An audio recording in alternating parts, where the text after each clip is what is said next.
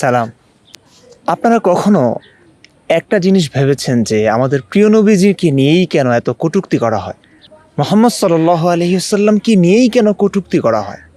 নানান জায়গায় শুনবেন আপনারা। আমাদের প্রিয় নবীজিকে নিয়েই কটূক্তি করা হয়েছে। কে কটূক্তি করেছে? তাকে মার দিয়েছে, পুলিশে দেওয়া হয়েছে, গণপিটুনি দেওয়া হয়েছে, জানে মেরে ফেলা হয়েছে। এত সব ভয়কে জয় করেও কিছু মানুষ এত রিস্ক নিয়েও আমাদের প্রিয় নবীজিকে নিয়েই কেন কটূক্তি করা হয়? কখনো কি আপনাদের মনে এই প্রশ্নটা জেগেছে? একটু এখান থেকে ভাবার চেষ্টা করুন। এই প্রশ্নটা কি আপনাদের কখনো মনে জেগেছে কি না? নবী তো আরও ছিলেন, অনেক ধর্মের প্রবর্তক আছেন, কই তাদেরকে নিয়ে কখনো শুনেছেন যে তাকে নিয়ে কটূক্তি করা হয়?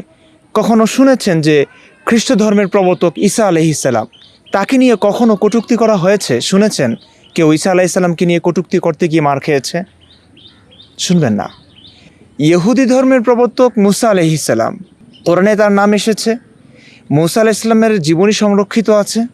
কখনো শুনেছেন কেউ মুসা আলাইহিস সালামকে নিয়ে কটূক্তি করতে গিয়ে মার খেয়েছে, পুলিশে দেওয়া হয়েছে, মেরে ফেলা হয়েছে?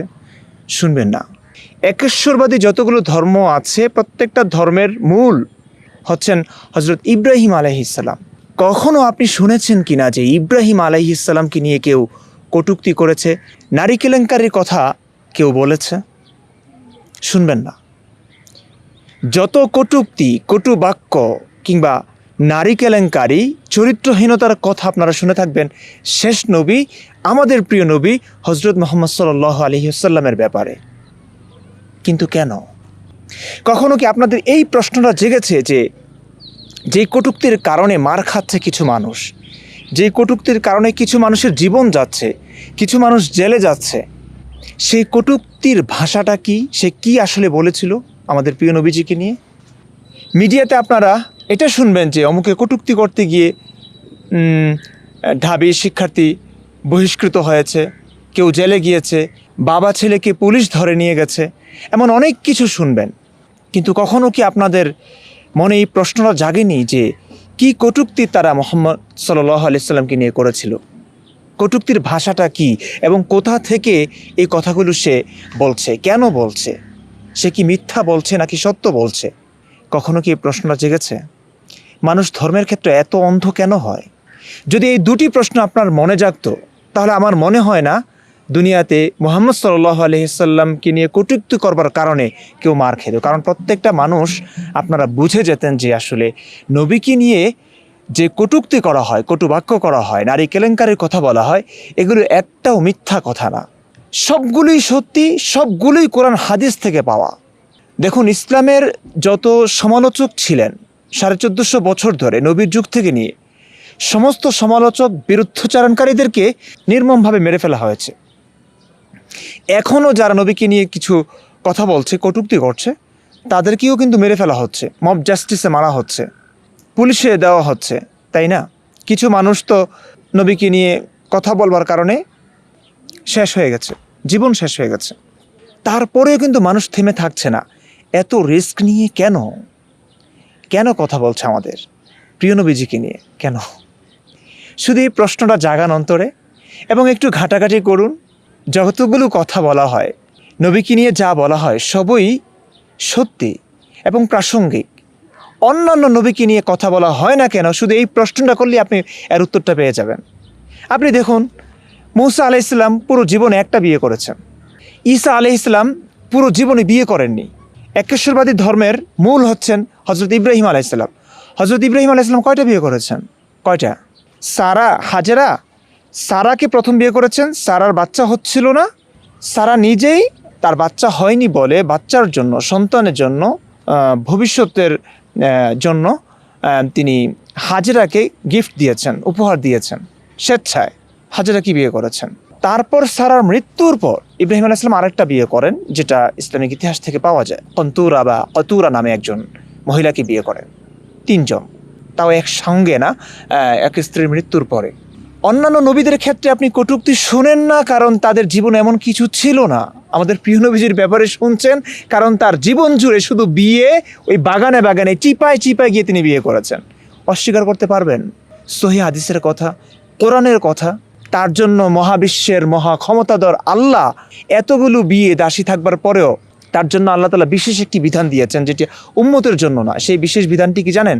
হিবা। কোনো নারী যদি এসে নবীকে বলে, হে নবী, আমি আমাকে আপনার কাছে সমর্পণ করলাম, নবীর পছন্দ হলে সেই নারীকে ব্যবহার করতে পারে তার সঙ্গে বিয়ে ছাড়া, কিংবা এটাকেও বিয়ে বলে। বিয়ে বলতে মোহর লাগবে না, সাক্ষী লাগবে না, শুধু ওই নারী এসে তার শরীরটা দান করলো আর নবী চাইলে সেই শরীরটা ভোগ করতে পারবেন। আপনার কি মনে হয় নবীর এতগুলো স্ত্রী থাকবার পরেও, এত দাসী থাকবার পরেও নবীজির জীবনে এমন একটি বিয়ের প্রয়োজন ছিল? সূরা আহজাবের 50 নং আয়াতে তাই আছে। দেখুন, এতটা অন্ধ হবেন না। আমরা কেন কথা বলছি? যারাই ইসলামের ব্যাপারে কথা বলছে, আমরা কি জানি না যারা কথা বলে তাদের উপর দিয়ে কি বয়ে যায়? যত নাস্তিক অ্যাক্টিভিস্ট আছেন, যারা ইসলাম নিয়ে সমালোচনা করছেন, প্রিয় নবীজিকে নিয়ে কটূক্তি করছেন বলে আমরা শুনি, কে আছে বাংলাদেশের? যারা বলেছে অসংখ্য মানুষকে মেরে ফেলা হয়েছে, অভিজিৎ রায় থেকে নিয়ে হুমায়ুন আজাদকে মেরে ফেলা হয়েছে, এবং যারা এখনও বলছেন, কোন পর্যায়ে গিয়ে তারা বলেছেন, কিংবা বলতে গিয়ে তারা কোন পর্যায়ে গিয়েছেন জানেন? মুফতি আবদুল্লাহ মাসুদ, তার 14 গোষ্ঠী আলেম, নিজেও একজন জাজ্জেল আলেম, তিনি তার দেশে তার অবস্থানে খুব সুখে ছিলেন, তারপরেও কেন তিনি নবীকে নিয়ে সমালোচনা করছেন? কেন? এই সমালোচনা করতে গিয়ে কি তার কোনো লাভ হয়েছে?